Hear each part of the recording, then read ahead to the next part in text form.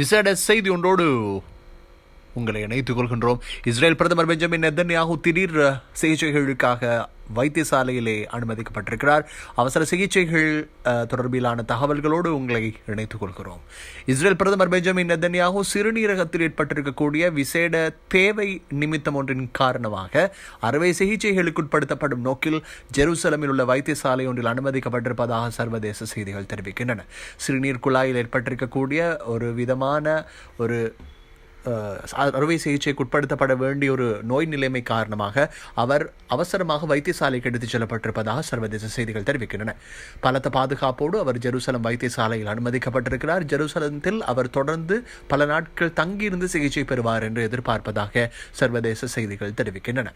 அந்த விசேட செய்தியை இன்னும் சில விடயங்களை நாங்கள் சேர்த்து உங்களுக்கு வழங்குவதற்கு இப்போது தயாராக இருக்கிறோம். அதாவது இஸ்ரேல் பிரதமர் பெஞ்சமின் நெதன்யாகு ஏற்கனவே டெல் அவிவ் பிராந்தியத்தில் ஹவுதிக்கள் நடாத்துகின்ற வான்வழி தாக்குதல்களுக்கு மத்தியில் தான் ஜெருசலம் பகுதிக்கு சென்றிருக்கிறார். இந்த வைத்தியசாலை அமைந்திருப்பதும் அந்த தாக்குதல் பகுதிகளை அண்மித்த பகுதிகளில் தான்.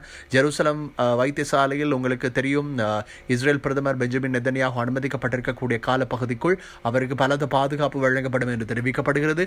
என்ற போதிலும் கூட பலஸ்தீனிலே 49,000 விரைவிலே கடக்கும் என்று எதிர்பார்க்கின்ற அந்த நாட்டினுடைய இழப்புகள், இப்போது அதனை அண்மித்திருக்கக்கூடிய அந்த இழப்புகளை பார்க்கின்ற போது பிரதமர் பெஞ்சமின் நெதன்யாகு பல்லாயிரக்கணக்கான பலஸ்தீனியர்களை கொள்கின்ற போது உலகளாவிய மக்களினுடைய கண்டனங்களுக்கு ஆளாகின்றனர். அந்த விடயங்களை வைத்து பார்க்கின்ற போது இஸ்ரேல் பிரதமர் இப்போது இந்த நிலையில் ஒரு மனிதனுக்கு சுகவீனம் அடையுதல் என்பது இன்னொரு மனிதன் சந்தோஷப்படுகின்ற விடயம் கிடையாது.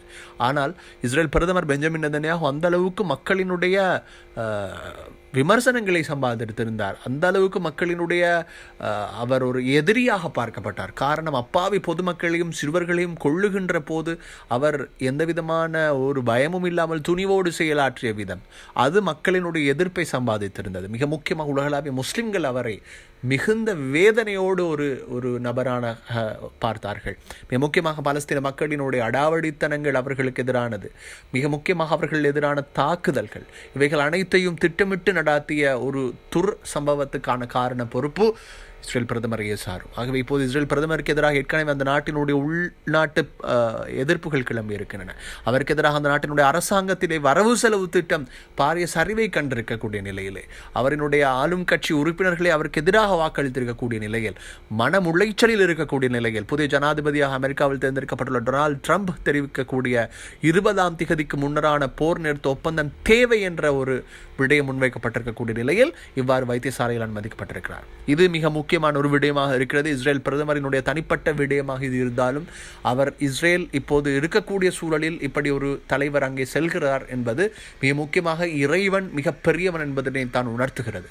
எவ்வளவுதான் அகோரத்தனத்தினை கொண்டவனாக இருந்தாலும் இறைவன் முன் வெறும் தூசு என்பதனை அவன் நிரூபித்திருக்கிறான். இதுதான் சொல்வது, மனிதர்களினுடைய எதிர்ப்பை சம்பாதித்து வாழ்கின்ற வாழ்க்கையில் எந்த பிரயோசனமும் கிடையாது. நல்லதை செய்யுங்கள், நல்லவர்களாக வாழுங்கள், அடுத்தவர்களுக்கு பிரயோசனமுள்ள வாழ்க்கையை அவங்களுடைய வாழ்க்கை அமைத்துக் கொள்ளுங்கள். இதுதான் நாம் எல்லோருக்குமே கொடுக்கக்கூடிய மிக முக்கியமான பாடமாக இருக்கிறது.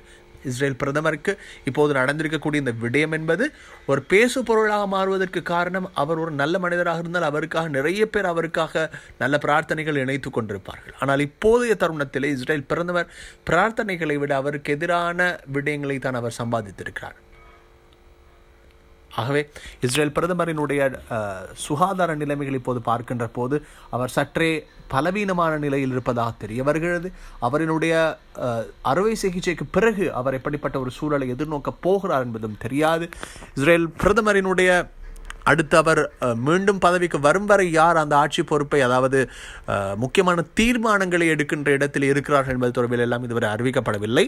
பெரும்பாலும் அதற்கு இஸ்ரேலினுடைய சட்டவாக்கத்தில் அப்படி பாரிய பொறுப்புகளை பதிலுக்கு கொடுப்பது என்பது இதுவரை இடம்பெற்றதும் கிடையாது. ஆகவே ஜனாதிபதி அங்கே இருக்கிறார், பிரதமராக இஸ்ரேல் பிரதமர் பெஞ்சமின் நெதன்யாகு தொடர்ந்தும் இருக்கிறார். ஆனால் அவரினுடைய அந்த சுகவீனமுற்றிருக்கக்கூடிய காலப்பகுதிக்குள் முக்கிய தீர்மானங்களை எடுக்கின்ற மிக முக்கியமான பொறுப்பு யாருக்கு அவர் பதிலாக கொடுக்க போகிறார் என்பதனையும் அடுத்து வரக்கூடிய விடயங்களிலே பார்க்க வேண்டியதாக இருக்கிறது. தொடர்ந்து இணைந்திருங்கள் அன்பானவர்களே.